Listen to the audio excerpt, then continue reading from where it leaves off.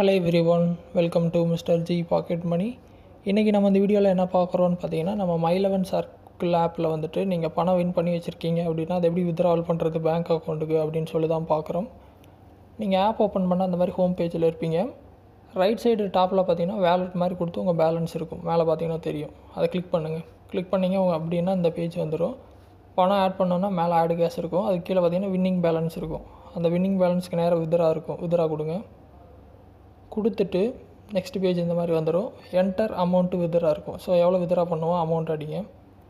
அடிச்சுட்டு என்ன மெத்தடில் வித்ட்ரா பண்ணணும், யூபிஐ பேங்க் அக்கௌண்ட் ரெண்டுமே இருக்குது. பேங்க் அக்கௌண்ட்னா உங்கள் பேங்க் டீட்டெயில்ஸ் வந்து 2 தடவை அடிக்கணும்.